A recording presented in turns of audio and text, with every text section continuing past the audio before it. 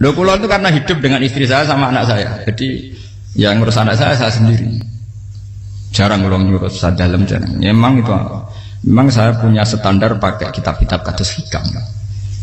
Saya ini merasa hidup di dunia itu sendiri. Sampeyan tak warai la Allah kana kotar. Imam yang ngarang hikam itu punya resep supaya kamu seneng terus. Liyakil lama tafrahu bihi, mesti yakil lama tahzanu bihi. Usahakan sedikit sekali apa yang bikin kamu seneng, maka akan sedikit sekali yang bikin kamu susah. Jadi misalnya kula nih, jadi kiai misalnya cari wong ya kula kiai wong alim. Jelas nak ngalime ngalim, nak kiai rapati ya, nak ngalime jelas. Tapi nak kiai rapati. Nah, kan kiai tapi ra ngalim. Nah, kula nak darani wong alim malah muni ya jelas. Nak kiai rapati ya, kula rapati nurut tapi aturan masyarakat rapati napa. Nah, sampean kiai tapi ora napa ngalim. Ya beda. Ndak ini memang bedanya jauh. Ya mungkin lebih kiai sampean gimana? Cara derdek-derdek donga meyakinkan sampean. Tapi cara artine donga piye paham kula. Lha boten iki nyata, sampean rasa tersinggung. Napa barang-barang napa? Nyata. Nah, kula sering ditakoki kiai-kiai masalah. Resepnya apa jenis? Konjinan rata susah, dal kita rata wiridan, rata mohon sisip. Resepnya ilmu itu gini kata hikam. Ulama yang kayak hikam tuh pernah ngarang kitab tuh saking syukurnya, entah saking angkuhnya, terserah ngomentari. Kamu harus yakin bahwa di sisa hidup Anda itu tidak akan maksiat lagi. Sehingga kalau kamu ditakdir maksiat, anggap saja akhiru maksiatin kudirat alika. Anggap itu yang terakhir. Siapa yang menganggap mohal bahwa dia tidak akan dosa sampai mati, berarti menganggap Tuhan itu lemah. Karena cara berpikir kita kan bayangkan hidup itu 40 tahun lagi. Misalnya saya sekarang umur 40, bayangkan umur kadang 4 tahun meneh. Sampean misalnya umur selawe, bayangkan selawe tahun meneh. Sehingga menganggap dalam durasi ini selawe tahun kok orang maksiat kan mohal. Apalagi sampai sudah tahu maksiat itu bakatem, paham? Ya maksiat ya kelas-kelasan, nak bikin pacaran. Nak wong iso mau mah yo nakal, nak sing setengah soleh ya berbau proposal ya sesuai kontaknya dhewe-dhewe. Itu kan urusan masing-masing. Ya itu kan urusan masing. Moe wakisabu ala wa ngono ora ana sing ro moe wakisabu ala. Ngrobongan wali songo, mbok kangen wali songo, mbok golek selisih wawahu napa alam. Sing roh pangeran piyam. Mbok kangen wali, mbok golek selisih margin. Niku pokoke wawahu napa ya itu kan urusan jenengan mbek pangeran to mboten urusan kula. Tapi tetap saya sebagai ulama mengingatkan niat itu ditoto. Begini, ulama dulu tuh ngitung hidup itu hanya 2 menit 2 detik. Sehingga dia ya gampang saja. Kayak imam, kayak kanjeng Nabi itu, ya Rasulullah kenapa tidak menyediakan makan untuk besok? Loh, saya itu tidak yakin kalau hidup saya sampai besok. Ya sudah begitu cara, ya sudah tenang saja. Kalau sampean kan bayangkan hidup 4 tahun lagi, 5 tahun lagi, sehingga arah mangan ya wedi tenan. Padahal bolak-balik zaman cilik arah mangan tetap wedi. Jadi cara berpikir Nabi itu begitu. Begitu juga cara pikir sahabat, cara pikir ulama-ulama yang waras itu begitu. Loh, saya itu pernah melarat di Jogja zaman pertama merantau. Itu kalau santai saya bilang, Gus kok tidak punya beras, tapi apa yakin nak sesuk urip palu. Kowe buta mangan sesuk, anak sesuk ijek napa? Urip. Cara berpikir ulama itu begitu. Sehingga melihat maksiat juga gitu. Alhamdulillah aku ijek urip 1 detik, 2 detik, 2 menit. Sehingga hidup. Dan itu sudah cukup untuk lafadzkan la ilaha illallah. Makanya kata ngarang hikam, betapa murahnya Allah. Surga itu hanya bisa dibeli dengan 2 menit. Karena surga itu senilai la ilaha illallah. Miftahul jannah la ilaha illallah. Itu cukup 1 menit. Berarti surga itu regane mau 1 menit. Dan karena dia nganggap hidup itu 1 menit ke depan, la ilaha illallah, ya sudah. Dia ngitungnya hidup itu per menit. Kalau sampean kan enggak, per 10 tahun, per 20 tahun. Sehingga kriminal betul, cara pandang sampean itu kriminal betul. Sehingga bayang kudu di duwe, kudu di bojo, nak kiai kudu di pengaruh. Lah kalau saya enggak. Saya meskipun enggak sehebat itu, tapi mewarisi keilmuan mereka. Jadi misalnya saya jadi ulama, itu bayang di santri mau sitok. Islam pokoknya ke Ahmadiyah ya gitu saja. Ya pokoknya ya sudah gitu. Orang bayangno santri sing pampinan takwa khusyuk salam tempel demen gelo, demen apa? Lo tanyakan santri-santri saya itu mungkin belum pernah nyuri istri saya bikin kopi. Bisa dihitung. Karena saya itu sederhana saja. Misalnya saya pergi dari Jogja ini yang nyata salam. Bayangno bojo wis maca gawekno kopi, bukakno lawang malah kecewa. Seperti umumnya orang kan gitu. Semerantau ada gak bojoku nyuambut, digawekno kopi, digodhogno banyu hangat teman, bareng teko bojone wangep kukur-kukur. Karena tarifnya dia ideal, maka mudah kecewa kalau itu tidak terjadi. Nak kula mboten, sebayangno kaya Jogja, bojoku cek uta Islam, nak salat 5 bulan ya sudah gitu. Pakai standar-standar yang minimalis. Saya dari rumah bangun sampai ngaji ya, pokoknya melek, ya sudah nak sholat demadem nopo, mulanya sudah gitu. Andai kan saya pakai standar maksimal, maka akan mudah kecewa. Rasulullah juga begitu. Rasulullah itu ngadepi Sayyidah Aisyah, itu ya begitu, ngadepi Hasan Husain. Sehingga tidak ada cerita Nabi mudah kecewa, betul. Karena Nabi bayangkan anak istrinya itu ya minimalis sekali, urusan dunia maksudnya minimalis sekali. Misalnya Nabi pagi-pagi tanya, ya Aisyah apa ada sarapan? Enggak ya Rasulullah, ya idzan asumu kan itu saya puasa. Kalau sampean usul-usul ora digekno kopi wong wedok opo? Itu kan repot. Muni-muni itibak sunnah Rasul tapi enggak pernah sampean mendekati sunnah napa? Rasul. Sehingga ya tenang saja Nabi. Saya tuh alhamdulillah bisa niru dalam gitu-gitu tuh bisa. Makanya ini kiai muda paling jauh. Banyak kiai-kiai yang sepuh itu kalau urusan gitu konsultasi sama saya. Gus resep apa kae? Niki kula resep era dekarep. Juga saya tidak pernah bayangkan apa tanggaku seneng aku atau orang ngaji aku kecewa itu tidak pernah bayangkan. Sama itu kan makhluk, tidak penting. Kecewa tidak kecewa itu tidak benar. Saya itu orang alim, ngerti ini warido kamat lubi, ora warido kum. Yang tak gulai ridane pengiran, ridane sing ngaji, ridane konsumen. Itu apa makhluk tidak penting. Itu harus dilatih. Harus apa? Sehingga orang tuh kalau biasa sholat, maksudnya biasa takluk be Allah, mesti la Allah katardo, mesti gampang puas. Karena dia iktifak ngalap cukup be Allah Subhanahu wa ta'ala. Saya sebagai manusia juga sering ditangisi istri. Misalnya saya sering ke Jogja sendirian. Nah ninggalan nopo, ninggalan ibu milih pengiran. Misalnya mati ninggalan ya paling aku mau ngapes nih suara. Paling uang nangis gue kegiatan. Bukan Pak. Ingin saya bahwa konstitusi ulama itu masih iktimat Allah. Kalau kita kan enggak. Cara berpikir kita ngaji itu ideal sing ono podium, sing ngaji kelaminan takwa kabeh, ketunan kaji kabeh, diluk kabeh. Kita akan pakai standar-standar yang dengan asumsi kita. Padahal Nabi di zaman sugeng al iman hahuna wa yusiru ila qalbihi sadrihi salah. Iman itu urusan hati. Komitmen sampean be Allah Subhanahu wa taala. Nah ini resepnya. Makanya kata hikam liyakillah mata frohubi, mesti yakinlah mata senubi. Sedikitlah kamu gembira dengan satu hal, nanti akan sedikit kamu yang kecewa. Artinya misalnya kados kula sebagai ulama seneng kula nu ijek iman, ya nggak kayak wong awam. Ya sudah gitu. Jadi misalnya suatu saat kula jatuh, yang ngaji saya gak semeneng jadi kupeding. Wong sing seneng kula bubar kabeh. Kula ora susah, miskola darah bener. Gus saiki jenengan ora sing seneng. Ya tenang saja. Sing ora seneng makhluk ora jelas. Dan status mereka tetap layaduru walayan. Ini harus dilatih. Sehingga Nabi itu ya meskipun beliau itu perang, sahabatnya meninggal, ya tenang saja. Nabi cara berpikir yang meninggal mereka mati syahid, yang masih hidup dianggap berpotensi melakukan kebaikan.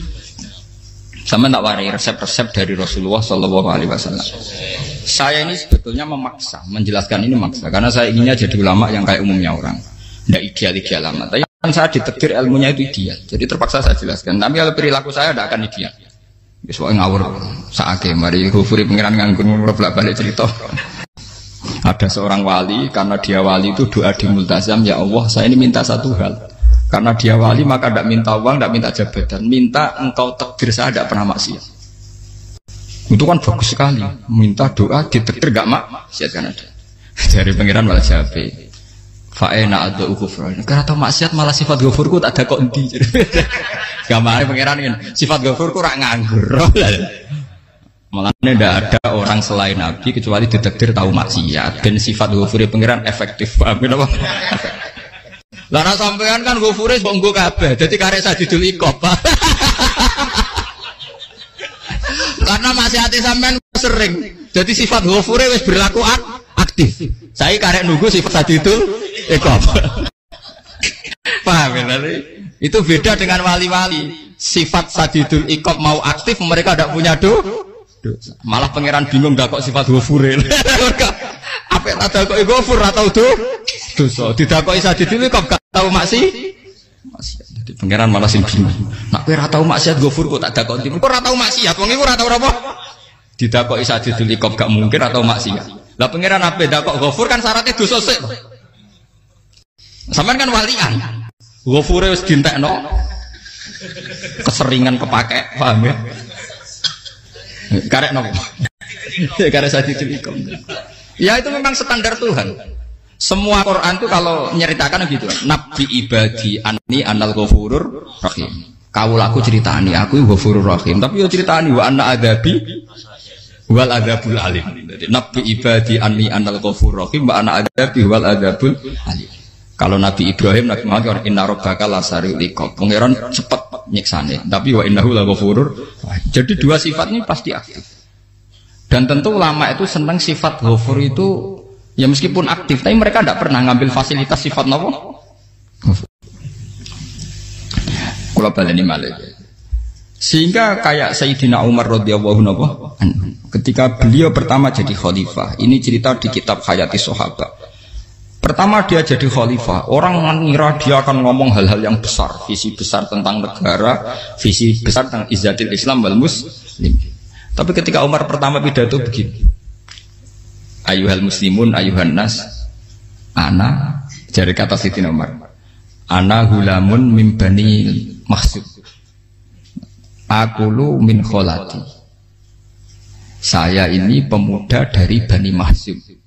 Kecil saya bisa makan karena bulik-bulik saya punya kebun kurma yang kalau saya memanen diopahi beberapa biji dan itu menjadi kuti wahayati, menjadi saya bisa hidup.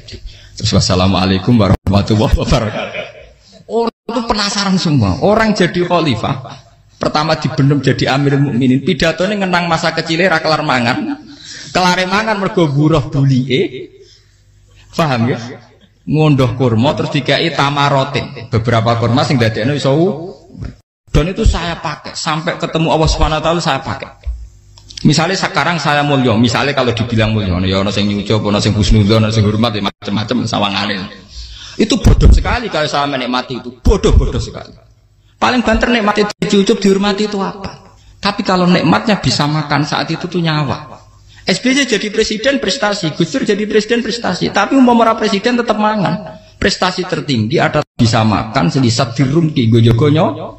Makanya Umar mengingatkan, sebetulnya nikmat tertinggi saya itu tidak saat saya jadi khalifah, saat itu kok aku iso mangan, cara gak aku mati. Paham ya? Jadi itu luar biasa. Kita ini kan menjadi angkuh karena ngitung nikmat itu yang besar-besar, punya prestasi, punya. Kalau saya enggak ngitung nikmat itu kelar mangan gak mati, kan gampang. Sehingga saya tidak mudah kecewa karena tarifnya minimalis, gak gampang apa? Jadi misalnya kalau kapan-kapan kok berhubung, Gus ini ki Tuhan rasanya jangan ngeten-ngeten. Oh makhluk itu ya gak apa-apa. Kalau di status kiai kan seakan-akan ngomongnya sakral, seakan-akan mandi. Tapi nak tak status, oh makhluk itu ngomong-ngomong ya sudah kan. Menjadi kan sudah distatuskan sebagai apa? Makhluk. Tentu makhluk statusnya la yadurru wala yanfa. Di sini ini penting. Orang-orang ahli tauhid tentu tidak punya kesusahan.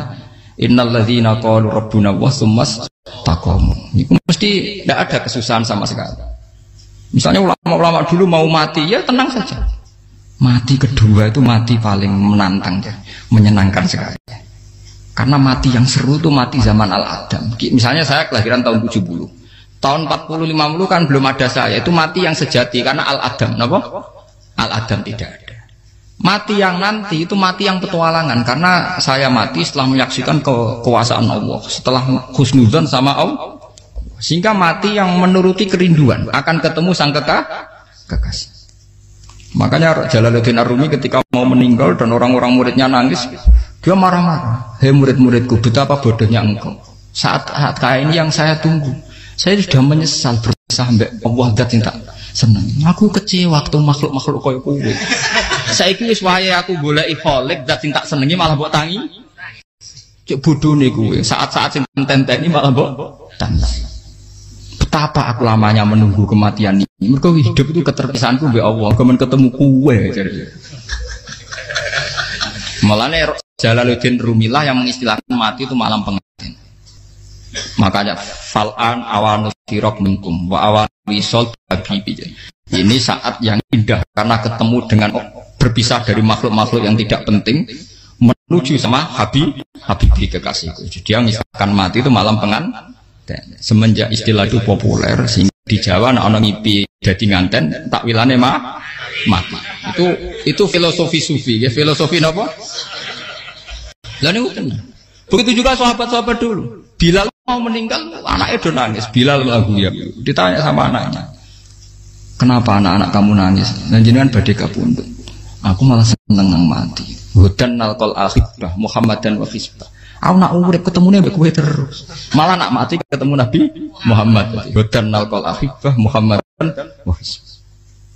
Nah, dengan cara pandang begitu maka hidup itu enjoy saja. Ya saya sebenarnya keberatan pakai kelas ini, keberatan karena saya harus ngulang sampean-sampean.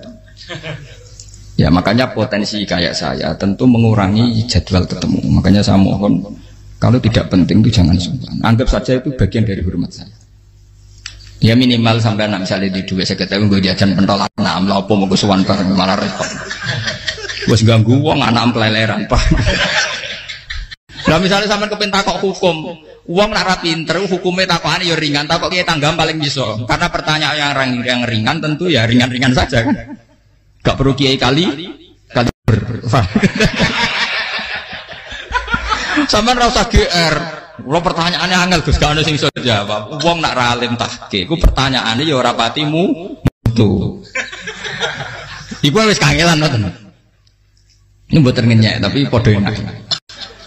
Podo apa? Makanya kalau latih. Jadi hikam sendiri itu ada manhaj, ada metode. Kalau orang supaya tardo, liyakillah ma tafrahubi, yakillah ma tahzanu. Anak saya itu kalau habis main pulang, itu saya senengnya pol. Istri saya pernah jangan. Gus, anak mulai senengnya dik piro-piro, anakku gemulai ning omahku. Misalnya terus piye. Saya terus anakku lo main mulai itu seneng. Piro-piro anakku mulai ning omahku.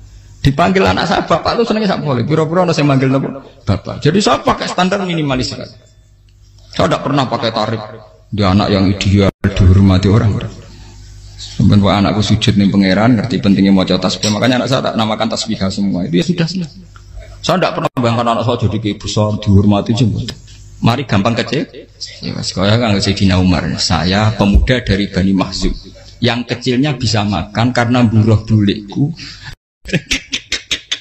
Akal tuh tamarot itu. Wah itu saya baca tuh nangis betul. Betapa hebatnya Sayyidina Umar. Mengingatkan ulang bahwa nikmat tertinggi itu ya makan karena makan kaitannya nyawa. Orang jadi bupati enggak jadi bupati tetap makan. Jadi kalau ngatain saya tarifnya minimalis sekali. Nah, kalau orang sudah makan gitu lah Allah kata mudah sekali.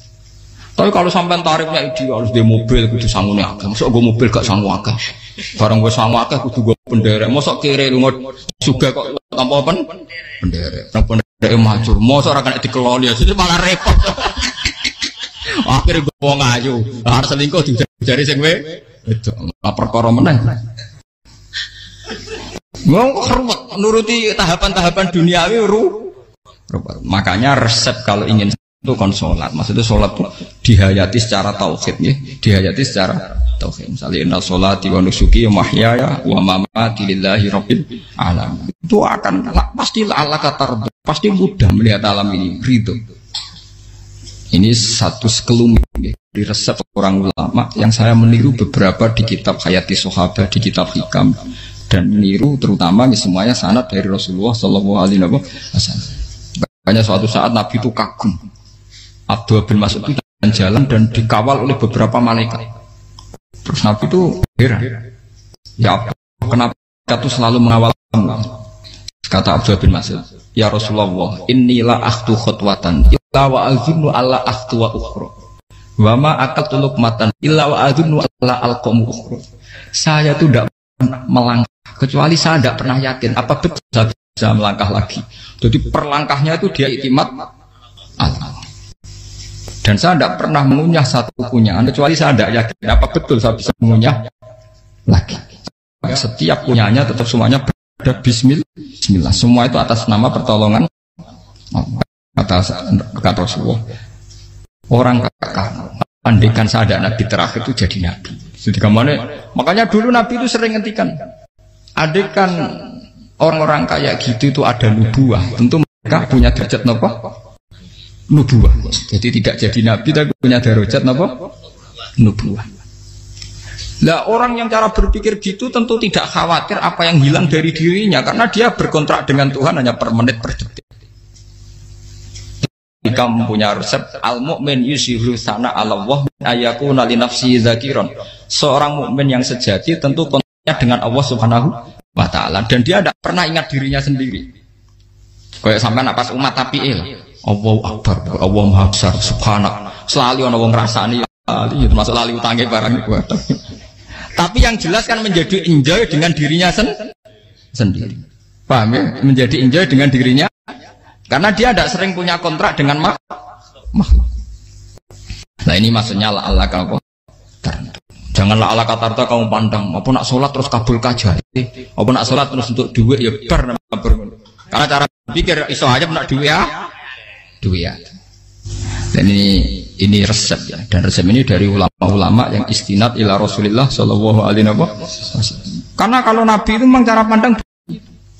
Aisyah itu pernah ditanya. Ya Aisyah, saya ini ingin makan. Apa daging yang dari sahabat ini masih? Wah ya Rasulullah sudah habis karena tak kasihkan tetangga. Itu Nabi tidak marah-marah, malah bilang, kamu benar Aisyah.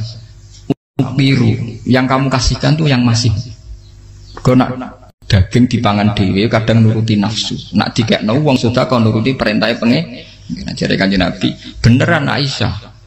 Dagingnya ijek. Mau kalau nanti yang malah ijek. Sing bogo sudah kau malah sing ijek. Cara berpikir Nabi itu begitu. Tapi tahu-tahu disederhanakan sunnah Nabi ya serbanan. Lah itu kan ya memang itu bagian dari sunnah Nabi, tapi sunnah seharga 10.000. Paham ya? Ya monggo mawon sampean sunnah Nabi serbanan gitu, tapi itu sunnah yang bisa dibeli dengan murah. Hakikatnya sunnah Nabi itu rata-rata bentuknya perilaku, napa? Sampeyan delok dawuh Aisyah tengene tiba berjanji kana khuluquhul Qur'an wa shimatuhul ghufran yansahu lil insan wa yafsahu fil ihsan wa ya'fu 'anil dzambi idza kana fi haqqihi wasababi. Kana khuluquhul Qur'an, Nabi ku akhlak dasare wis kaya Quran plek. Urusane akhlak. Wa shimatuhul ghufran, ciri utama sifatnya Nabi gampang nyepuro. Yansahu lil insan. Dan Nabi punya niat baik pada seluruh manusia. Wa yafsahu fil ihsan, sering melakukan ihsan.